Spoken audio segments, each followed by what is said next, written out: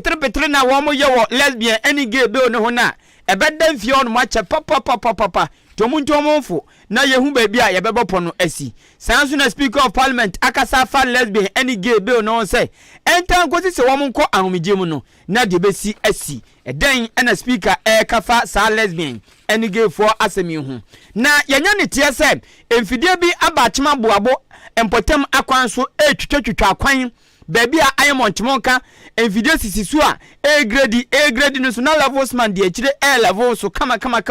said be tron yebekọ amaso ene empenifo akodi nkomo ebisa won mu baabi a emfidie free a aba achim aboabo empotem akwan so afọ hwe Ghana ehumasuan so de abetudwa akasa afa Ghana ehumasuan ho samiken prospectus a eba abonti nam so sukuu bi akoya asobra chema samiken Ghana Education Service for ahyese sukuu nimpenifo wọ́n ntwe mo ensi nkyɛn animanim ya den ene kɔbaaye wei ene afufuro bi na wie masi adwa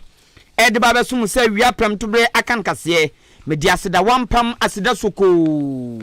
dede wakonakono to so baabu na wasi achim dan amantia ene achim aboabu dwam kodi dwa Marshall Beauty and Training Center wo ba na person ho ya akona Marshall Beauty and Training Center ahunzese de ye papa ahunzese nya de ne osore awutwusi ageden ununu utum ageden ana sempo osra wanim ageden nini na eya hunsiesie te hunsiesie de eye ne papa mu no ya no akọ Marshall Beauty and Training Center na wakoje Facebook live spike na daruma midem ubetum do adwenkyere afa 0533 898915 0533 898915 text message and a WhatsApp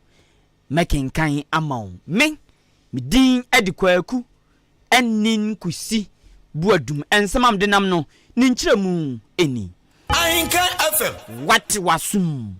oba eni oba beda bema eni bema beda bema bekosi enyi ne bema mfiro mfa ma de ntua ho oba bekosi enyi ne mfiro ne mfa ma de ntua ho oba beko na ye bone na so ni ye yi nani ni ye de aboa de hye osemano no esuadodo monye ne pafo te se bofruit ni aya ne pafo obi beko osemita kama no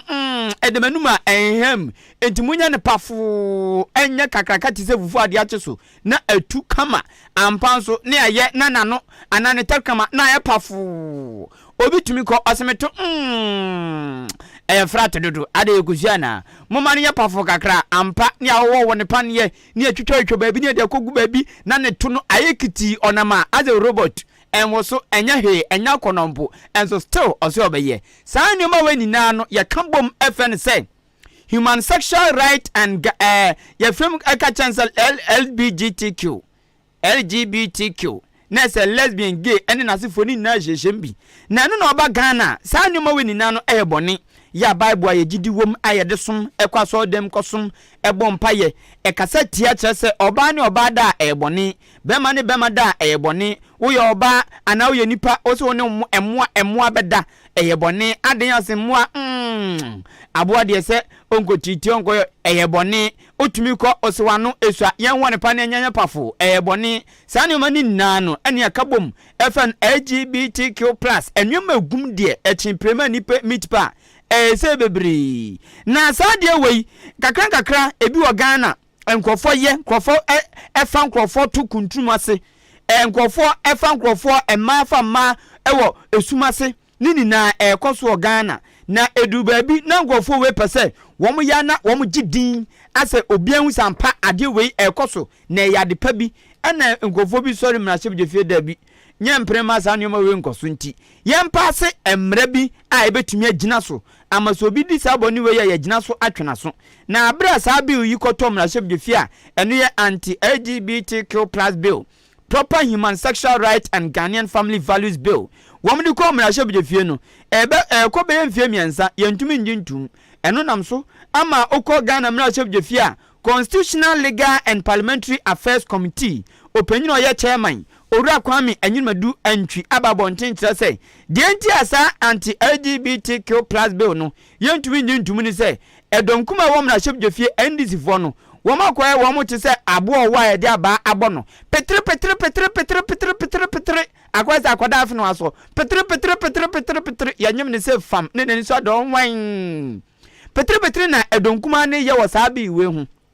no mu kan we wam si we mu na ya ma yentumi nyintum no mu kan we no mu di wura ha no mu de sha ha no mu pagya fa ha ena owura antwi tre se edomkuma no se wo ma nya de wo mu ye na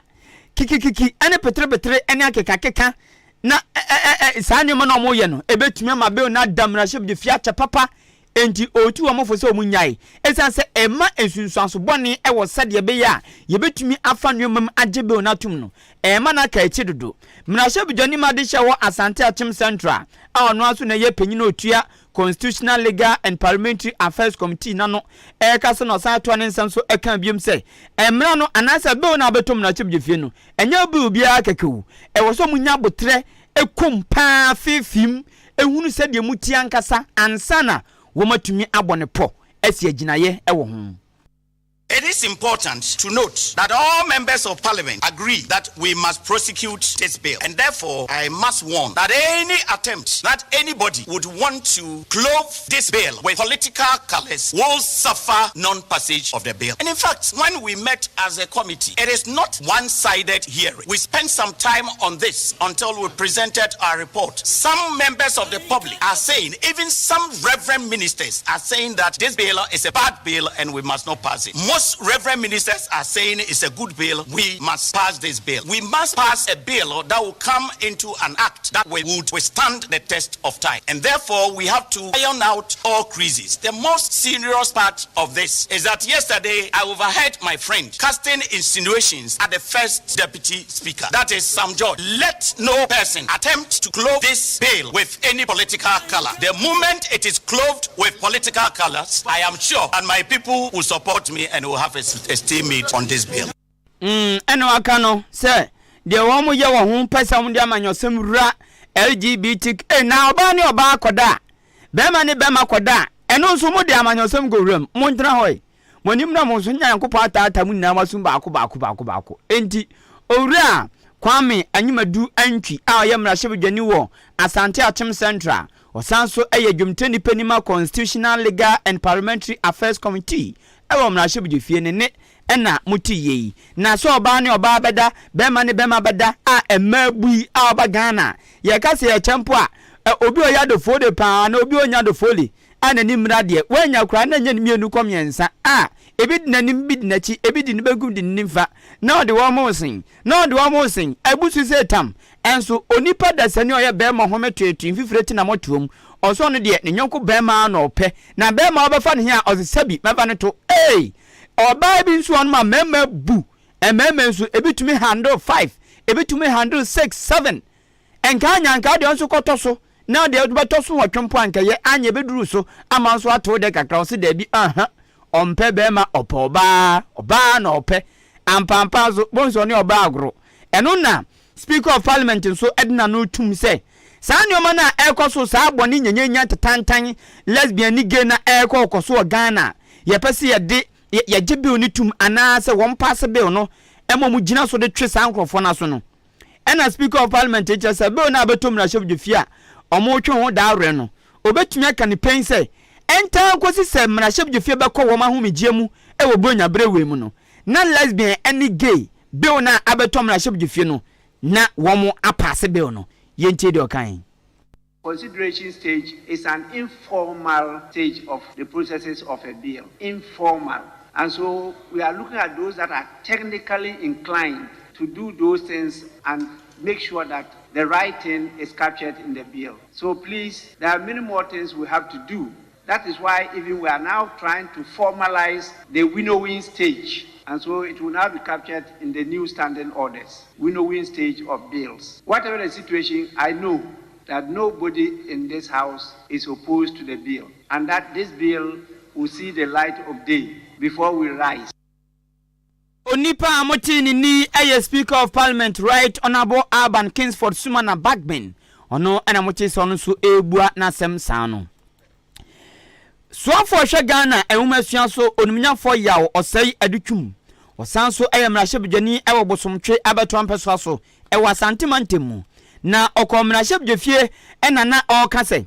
nyame adum Ghana ehumasuan ene sade ne pompon so ekeka kono ekosoro na emum entim afom die ntia okasa asemi ni se Mrashe bidwani ma de hye wo asokore mampon abeto ampeso aso e wa santemantemu onumnyafo kwaku ampratwum sapon ekoka se an sese Ghana yehumesua no ne sede na etie no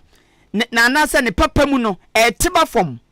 ne papa no eteba fom yehumesua no sede etie no enye ekofom enna nam so a owura osei edutum so afo hwe humesua so eyi na no se enye no kreda enti okama Ghana ni bia ati mo amoda mo amo akroso mo amo eyi aboabo mo amo ofanse ayerebi akwati krom adin krom adenchensu babi bia wo Ghana mo amo hohoi mfimfi mantum babi bia no okama obi ati asese Ghana yehumesua no wo mekeka no mabuma wo mutumi hu ni se enoma akosuru mom enoma akonkan enti obi obeka se Ghana yehumesua no eteba fom no owura sai adutum se enye no kre na ekoba sa na osi sabi ono oka onka ne trakeke otumra no akyeresi enu nti oma odumnyafo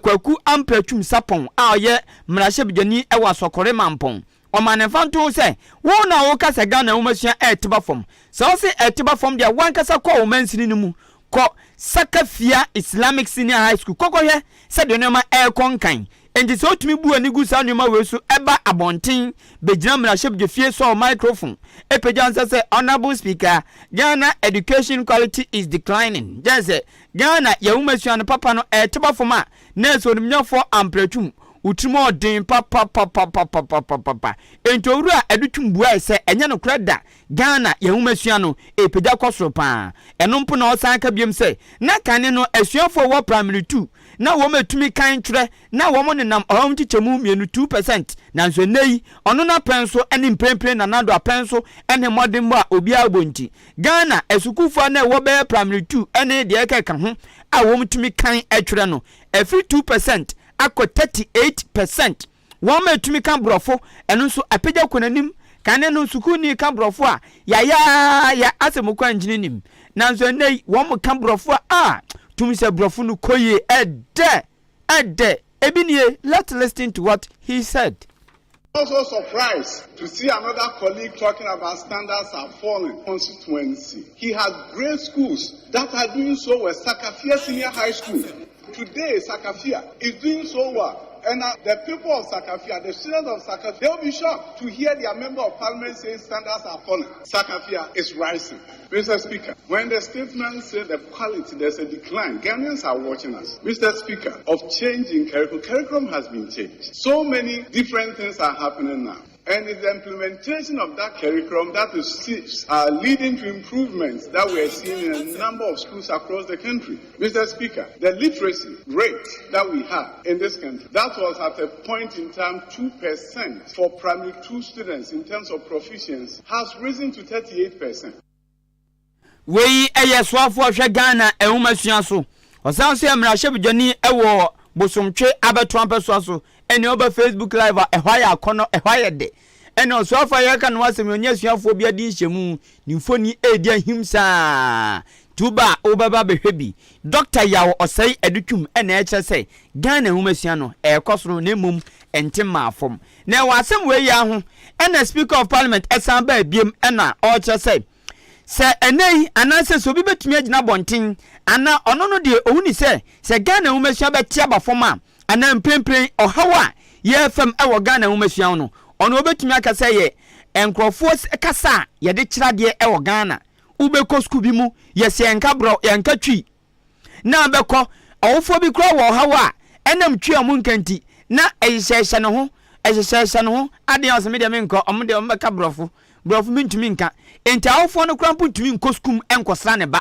sense who ko security man crowd one ma brofo no nte kro obefo so aka. Oh, madam, where are you from? No, Akan. What are you coming to do? Sa, ti ya de brofu betata na to no ko ba kwa. Pa so besi obiem no onkoda.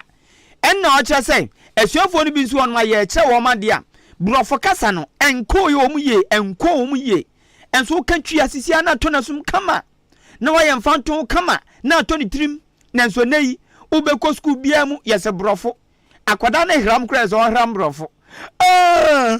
Say laugh yawn in English. Bonsa krane hrama na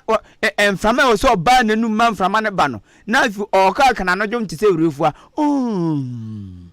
To wie ne na frama ne fa ko gina ne yam. ti akoda bi so yim frama say ya nini na ya brofo mo de brofo tete nkwada dodo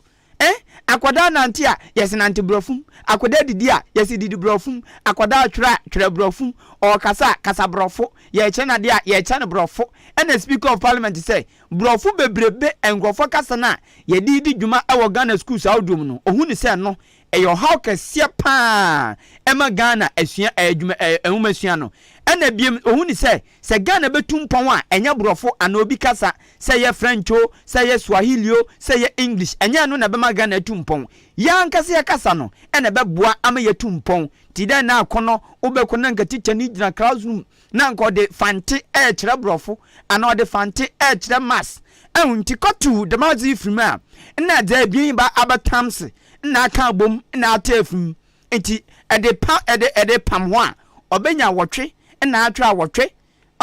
enti eto lesson number ede koka logarithm no ho a ebenya dun wotwe edo akon na atwa edo akon enti wo de fante ana senkran bonjour la paix ofaneba ekome enye ete sanuma weni na ye kasa na ye didi dwuma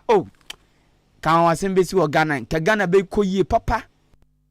Proficiency in what? Reading, primary 2. Reading what? English or Twi? English. Is that our language? English. That is one of the challenges they have pointed out. You don't develop any society using another society's language. It is something we have to look at. I don't know. No ni education minister ni yi sano. Oza krachi brofo na o kan brofo yekrom kasa.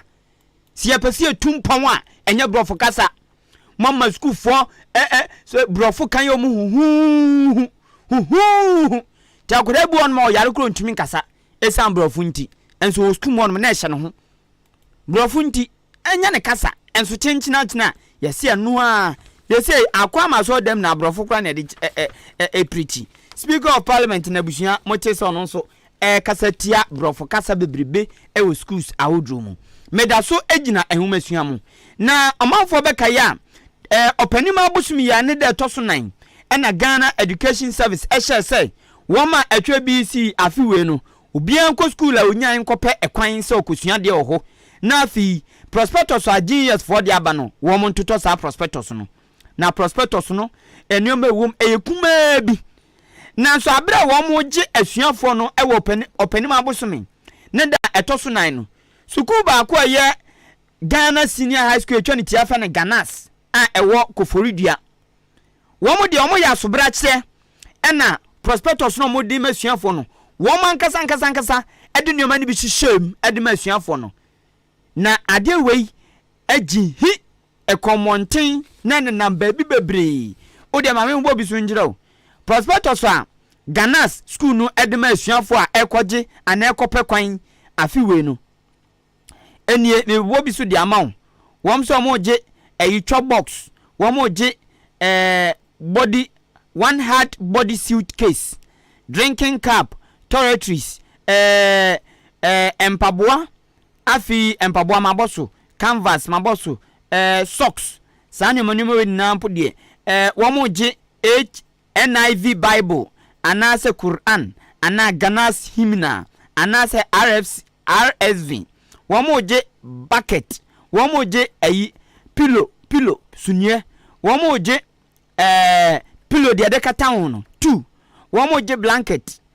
enioma mo je doso wom kekan ya kokan so wom je sekan wom kan ya sa ka se wom je school bag sanuma wani na no se ode ba prospectus no so a na akoye se kete se o sa wofo ne to enti sa wofo no o ma ne sanuma bebrebe wani na se onya mu ba ko pekra bon sa afia makoda ne tifie enioma wom bo so se asuafo no nto ekekako aduasa 30 ena Ghana school no se asuafo no nto ase kan ni na eka ho bi enti Ghana sefo ade omo ye no ekọ varia chese ekọ abefu tintan video so ena genius fo ehuin na tie de di wono moin genius fo hu ade a Ghana sefo aye nti wo so de krata aba krata ba ye no ena mo se wo mate management ema Ghana Education Service ate se Ghana school no woman kasa de womu tumi o woman kasa de womu tumi e de enuma bi ahyehyɛ GS prospectus no mu omabu omani mu ntia papa ena mo de ma fom afo no ne sa so nti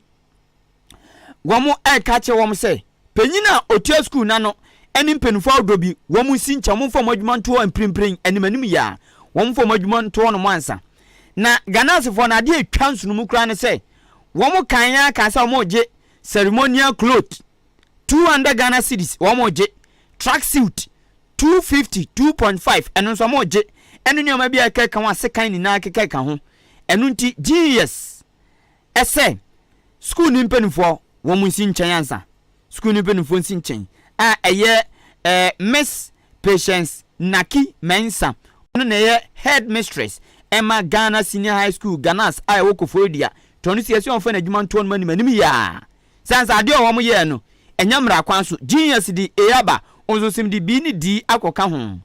onipa ne sasha krata we yase eye IV Asantoa Owusu oru ajire a ono na ye regional director of education ewo Apuye Mantem mu ti Apuye Mantem education service ahye se Ganas penyina otua no onfa na adwuma nto no manim ya na womu ye hwehwemu kosi se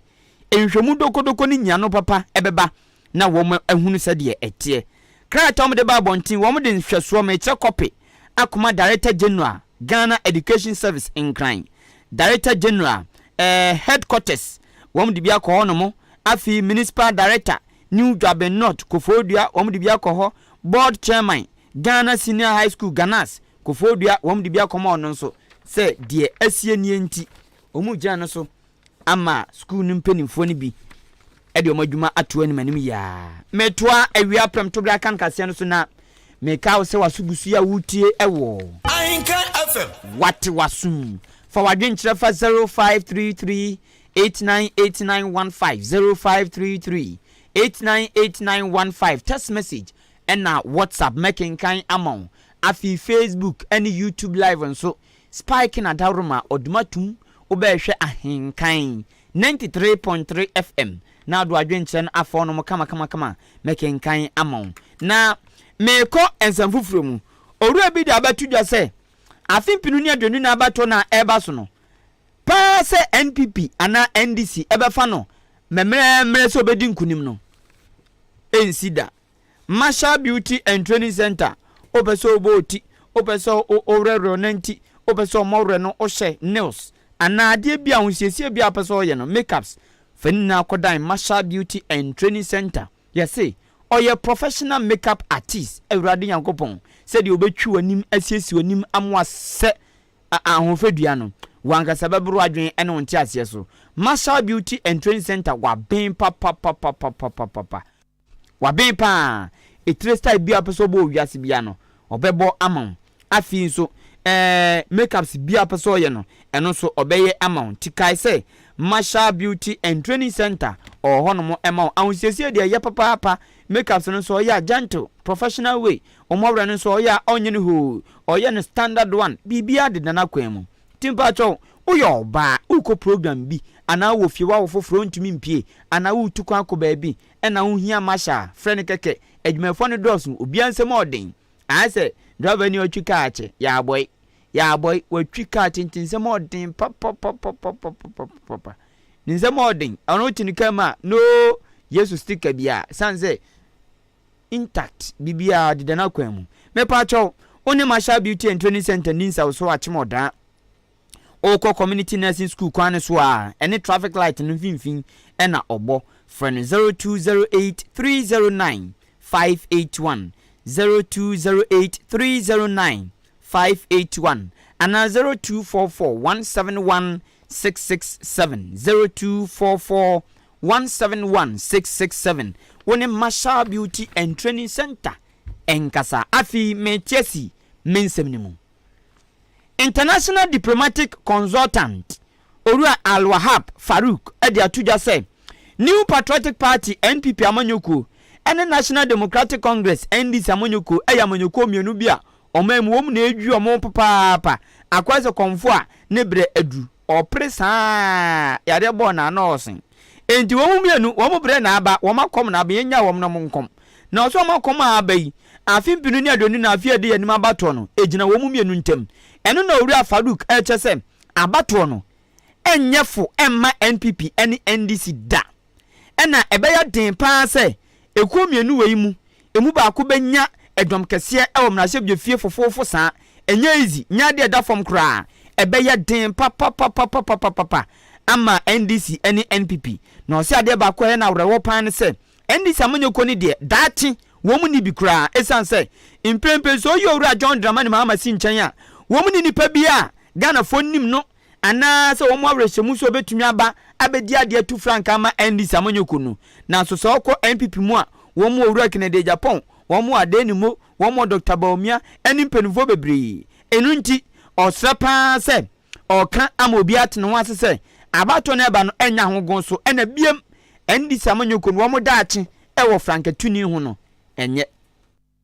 Both parties, none of them will have it easy. Quote it. They will not have it easy. We will not have one majority straightforward. They will not get it like that. I'm telling you, NDC should not think, say they have strong party. They have a good party, but they don't have the presidential hierarchy, on the back line, and yet, well, of course, take President Mahama out of it now. Who is the next popular person in NDC? No, that is why I'm saying that every party, you have a succession plan. But I'm saying the government in power, and because of the incumbency for 8 years, there are certain generation, there are certain a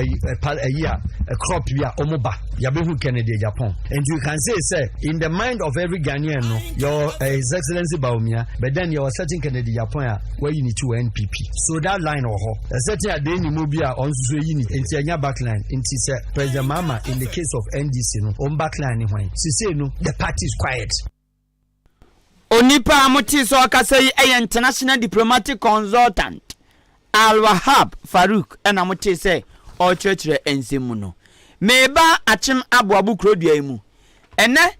yetoa ne nya ne chese enfidie ne nam abuabo empotema kwan so na enfidie ye dan a yesi wo mu esiesie kwan broni friend reshaping na yatwetwa gates nso ama no sɛ de bia nso to a nso to a ebefam kama na akɔ eno nam so ama yama no bofo kokohwɛ emampa wo mu dimfoni aba chese efide nam kwan so a efrase mpo ye adwuma e wa aboabo bro no efe ne Pentecost Junction efrase ho no mo atwam MC ni fi no mo waye no mo kama e de kwa kosi de o kotia ekosi no asan buafa Methodist fo no aso da nanim no mo na yenkwa homa so na yenko bisa assemblyman se fidie efrinfa yankopon na de abechen ya na se efrin honorable good morning good afternoon. Good afternoon, Minya. Wadaru mpombo ko de. Nyame adom ene mpaibo nti. Okay. Abuabu mpotama kwan ya kwan bia ye radio tutu ye taka ho asem papa. Se enye. Omanfo no so anu dempa eye omka ho asem. Na ene kika ba be ye du ba ko mpamu an enya ne tie se afidie bia ba ene nam mpotama kwan no so a ejurujuri so. Na sa fidie ne firi himfa yo minya metia ni watiefu na imamu monso ne mo ye de magana man ni kutubu man minya afidie a yehu ye no eye afidie a eye highway for na ama openi bi contractor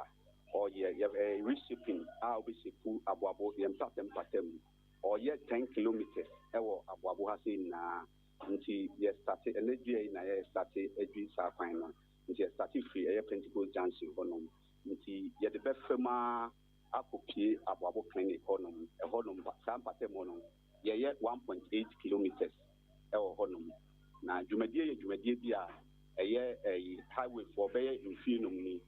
afibia ye eresepu ye kwan no na afiwe no esan nsu a eto den nti eni nsu a neto doctor no na ema yintimi embeye ekwan yi nti afi na abrewa eyi kwan ma dwumadi no eba so a ye dwumadi no na se metowase a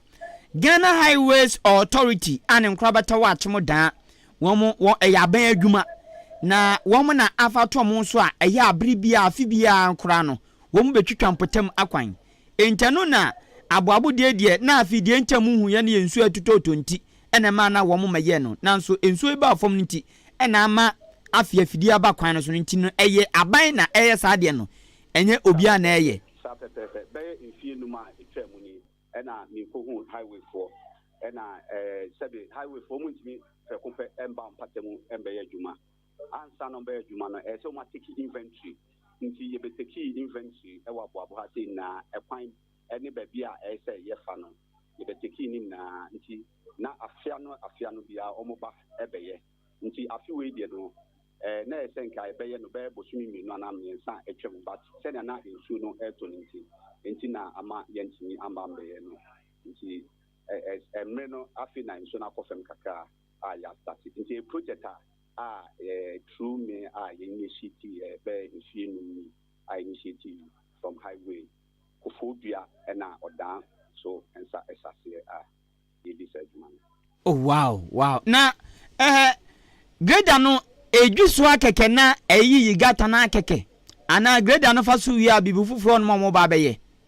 yeah they say when a reshape into odwiso wi a ye san so machine ba kwa e friend compactor eno be fa so ama anwa no e de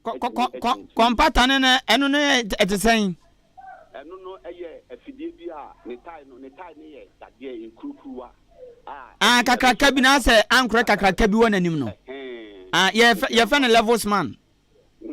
eno fa super na emi anwa no na timi a compact ni yi nti eno so ka ho a emi anwa no na nti ebema ekwan no so ayi smooth na we de ye adesede ye to adawa for mo fa sa ekwan no so se sa me abaye nye ho na manfo ko try mo cars na omo to mbo ase enye boko ma mo se ne be ya omo so eto no infutro enha mo nti be sro mo na yintimi enhwe ni ye se ne be ya omo mo to no so enha mo. Okay. Mi ntwa no yaman bofo kokko de ekoso aboabo Pentecost no wo a wo tie bia obetumi aba Facebook live aboabo Pentecost kwan na ye ka kwan a enye ba ko pa na eka ho so antoso ba ko betoso mienu na so be he abra efidie be fa so Ghana Highways Authority Adaroma ene Assemblyman Adaroma ema won be fa so wieye no obehwe a wankasa obehu sade tie na wa jaja ma ho aye kama papa na akwaze we de ebru reshape no ezan say de enti amese ebru reshape ni say efiti junction na ekọ Methodist aso dan wono no ho amena bi didada wono mo na ase machine atwa anwan foforo dia begu ba bi amena de ni na eno de na say ebru reshape ana meboa sabe pepe bi mia o hwe aye company na aye ma no omo no mo ye odan to aye bi ekwan no engman ono na oye sa reshaping oye sa reshaping so oye experience ba anti oba na nye grade afa no de ba anti compactor no we grade ani twa eye yiwia na compactor no so na atimi a level ni fine say ne be ya at least e bitimi e de a check akra e de amaye. Okay enti ene wo mu bewie aboabo Pentecost de na say wo mu wie nso mu wie ahemfa na mo de omani be kire ya nyame adoma ene de yi ngumbetimi awie Pentecost so ade akofa clinic honum ye be wrema kofa clinic honum na ho so ye twitwa in between no ekwan bi adidam bia no e ho so ye be twitwa no fefefe na ho so o ma ye na ye de abepi e wo eye president JHS so nyame adoma otra ye be move up for eye Peace Town na Peace Town so yakoto ato ho na pasi ada ye nya djuma efiti adwada akono so eno so ye beto ato bangalo na also ya sepu ekwan no bi na ede amanfo wa aboabo no mo so ede omukofia omatime nya bedi papa ede omuka afa enti ubetumi ahyo aboabofo se afidie anya bayi se onwie 10 kilometers na onkoi ka pepe nya 10 kilometers pepe na oye ho adwuma owia highway for no be ba pan so abe susu ansa no mo de pansa na ye tia contractor ne ka 10 kilometers no pepe ho adwuma yes we say obey ni pepe de ama the good people of Ashimabo. Okay ya dase papa ene emmoa bi a wo de boa e wodwumadie we ho ene Ghana Highways Authority da mu nyina ase nyankopon hyira mo mama aboabo san aboabo krono emu ofe paa munya ko tate sase ne paa dia walai ya every papa yate ya dase Honorable Emmanuel Apia Kubi aka Amokache Assemblyman ewa aboabo electoral area fidie ne na nampotema kwane ante ase ti asame man so die obi ne yere kra ko a ye frewo tino eme call ne naso bisa ne say afide free fa na o kire say eye dwumadi a eda ono mo dadaada Ghana Highways Authority na afiwe ni na nsu a etototo fe te sa kwara bono dwunzo nti na ama na fide ntumi ma sanse obaye nsu beto ase no tinso ne ekofom kakra na nyame adom afide highways for ahwama contractor abasite oye reshape no na aboabo de omu ye de aburu reshape yo sanse se de contractor na to no bo pa eyi gata fele baby amana deda no ya aburu reshape oye adwuma nyankopon hia no onye ne san kosi so bewie ona bo amoka cheche se 10 kilometers na omoye ewa aboabo na Pentecost nko ebe agimu 1.8 kilometers na se akabeye 7.3 kilometers a wombeye ewa aboabo empotem akwan chese Peace Town ni na monsa ebe Peace Town de monko na honya dodo ho de monko man kokora ngamenti ase ti abusuan wonsem no oba Facebook live a obenya emfoni ni bi ahwe afi mentoa mensem soy National Chairperson Emma Convention People's Party CPP amanyokwa wo ma hyanso de abo akokɔ nana akosua frempoma saponkum nkuma ode aba beto abonten kire sɛ nanu ya nana ya jantoa a ɔyɛ twetwefo panyini ene ɔsɛ kofi akwa na ɔboabo amabunu ano eli mambo eni mpenufo bi aka ho de krata ba sɛ adwuma no mu nya biem na nya so mu nya adwuma no biem keke wo mu san free party ni mu ɛna dwomtoni panima CPP amanyoko no ma me saponkum nkuma aba bonten kire sɛ firi no mu frim ene so mu de mo adwuma to no wo ma som kutwa na ogina sa akonya no so aka che wo mo sɛ enipa beye bi wo ma eni ni na aba wo mo ba ye nso wo mani so adwuma mo beye wo ma beboa pa na wo mu koi wo mu ni hwe ka de wo mo kan sɛ wo ma som papa na eno na dwomteni panima CPP amanyoko no kyese wono de onye obi oye nya atwuma na bibisa hu anu nti nyoma ketinkiti bi usima gina so na me de madwuma to no ma free party ni mu oso ne de saa de no onye bida ye na hu adwuma ya gantwa ye hu adwuma iri mambo ye aisha omunyi nara ose covid bi no radio so kasama CDP eti summary anya ya som nemo me kwa no ye Council of Elders and a constitution ama mutumi se bibi se ba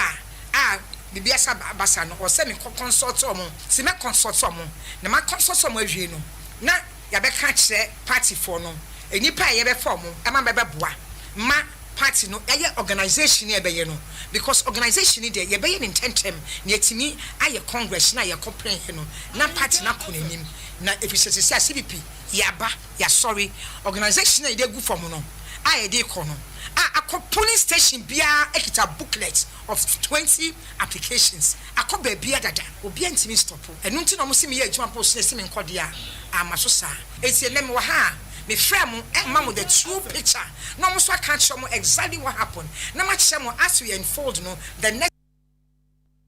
we eye maame saponkuma nkuma frempoma oye dwomtoni panima CPP amanyoko wo Ghana ha enu achi no san de tu dwa kire se onipa bi a oye CPP amanyoko ni manipa ne mpaaba nka se an CPP amanyoko mu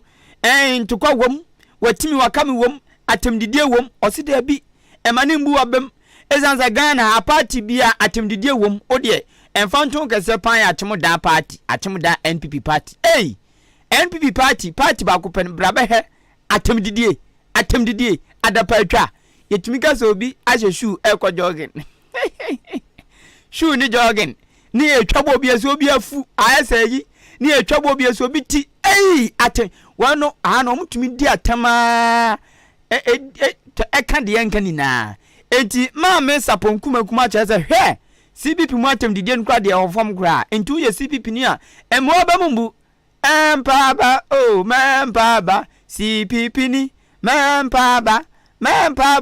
mesi mempabo nyaminti oso ye CPP ni empaba da na atemdidie a ekoso party awofrum no se omode omaso tibi anomani hu bia konwa pentuma akata omo ho CPP die emu ye papa na maame saponkum san kan ni pen se afimpinu ne adoni na abato a eba no adwuma mo ye no wo mo hwa ni mu se wo mo anya abato ni mu dudu okra na nye opepinsia 6 million votes e wo so munya Convention People's Party mo bi anadam tokwa wo party bi emu ye ntokwa we yakun dada se maka chim dada yakokọ sawie te se abesi empanyinfo so ye beko omomba ye adwuma wo ho party na akwase ho dada polling station electoral area executives elections no will be done and the Convention People's Party will have its congress and yes we will choose our flag bearer and yes we will contest and yes we will be there. With the plan that we have, we are looking to get over 6 million votes. Yamin Shamo.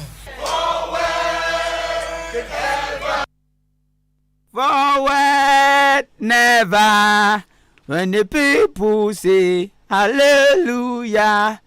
hallelujah, hallelujah. Onipa motis okaso national chairperson Jom 20 penny Emma Convention People's Party CPP Amanyuku, the first president of Ghana, Dr. Sadifo Kwame Nkrumah party no nanzo omedi ade da yehu si yehu adrobia gomuso zadin obi ntumi hu NNPP NNDC twifa om so saa wo mo Jom 20 penny nana akosua frempoma sapon nkuma ena busua moche se okasa yi eha ena mi gina ede adwenkyere no ato aso de ama na me call Facebook live ana bo ama ede aba o chese good afternoon kwagu na mbom te sen mbom ye o se opre wo ayi anyinam kotoku biani adakuma electoral area si enim dada an yate ti o se eya amanfo montoma no champion keke enso de aba se good afternoon Ahenkan news ejinam papa emo den na yankoso madwumadin se ya encha soronko enkoma ne boss kwaku ani ngusi buadum mademade we free champion keke enkran ena wo osinkran no o baby efe no white cross honom no wo keke nyame nhira teacher kojo tepa anyina susu ono zo kire se opera assemblyman no ewa anyina susu electoral area na so ayeshi o se kane mampani Orua John Draman Mahama still onenam ena okeka 24 hours security papa we pa de Akis me Ebenezer the free sefi be kwai and I say happy belated birthday in command and sofo Abraham Esau adodo na afa no father Abraham uchiana pa Winners Chapel International sefi we also o si o tie kase ne pa Facebook adawrumanti o tie papa nyankopon enhira ne adwuma den ayebo Crespo fufu nso ese Ghanaians should not be deceived by the NDC propaganda because they have nothing new to offer Ghanaians. Or just say NDC for some can entro mutuano. Mangana for mundi achiro. Mamundi achile na NDC near the papa bia na the fufro bia. Emma Ghana for. Or since Yankoma Dr. Lawyer Dixon or say SB incoming parliamentary candidate. Achuma Nwebieja not. Uchiana papa. Ko mensa play to the freedom kwa benya ingramu puni mantemu. Or say hey. 24-hour economy cannot be possible in Ghana. Let's say no to JDM dum so ono so njiano no Azeman edifi Azeman chronom opposite market na ono so dia aba kire se kaseni ginam papa ginam pa na osre Constitutional and Legal Committee of Parliament say womunya kukuduro na LGBTQ+ bill no munjintum amobi koye bia yatumi agina saa mra no so ne atwe nipa na so enti osre wo mo pa se LGBTQ+ bill no munjintum pa osre papa mo anya ntum a mo ha no Azeman ene de message we bai yedase ko mensa platu odi na maboso dada keke kaso anso ese Ghana for enkoso ntai NPP amunyuku nachi na enwotwe no odi ankakra akra mo de na mumbum se pum na mubum wi a na mo sampa sa NPP guy man papa mama oton silver shine watchim odan one way no so na obo oben oba Joyce baby ochibaire na osi otie kase ne papa o fili ya pa 24 hour na otie ti mama a ono de ade a amana popular silver shine de twi ayi hu bi na tama na anka twede on de na obre pa isanse no ngofo na so nyame adom anka twede hu ya din awurade dwa so papa wom to silver shine sa de twom silver ho ti mama o wa chimo da one way kwan so a oben baby a lutokio no baby a oba Joyce bona ho na obo ewie ye chia papa 24 hour no tie yen Prince aka national security ɔno nso sɛ kaseɛ no wagye atum prɛko pɛ otie papa the whole ɔdane ne potem ɔno pɛ ne security man a ɔkan bible ɛkyen sɔfo na awie kɔhwɛ wagye ne bible ɛna ebi ebura ya tutu bi da ne nkyɛn ɔka na wabie Ezekiel ɔkan otumi kɔbie na wabie Emmanuel chapter 5 verse 2 na ɔkenkan enti national security prince oyɛ security wɔ South Brim Rural Bank Achim Asane branch ɛhɔ na abo awie good afternoon ɔso otie kaseɛ no agada shoe nso sɛ shoe ra ni o shoe ra Achim Asane ɔso abiem sɛ deja ya o fili na kaseɛ no kɔna no ata ne srɛ ho ɔso shoe ni o ye shoe ye ya da so hɔ afin so Joe Max Electricals aka Mazo na ye owner ɔno nso sɛ kaseɛ no otie ɛwɔ Achim aboabo edidem papa na empotem akwa no mu yi no eno ano no sesi okofa drop me kwa aboabo mpotem a driver ni bia beko first no okwa bonso mo twetwe mo we say nkan yate wate wasum emso otre wate wasum ose kwaku the news they pass through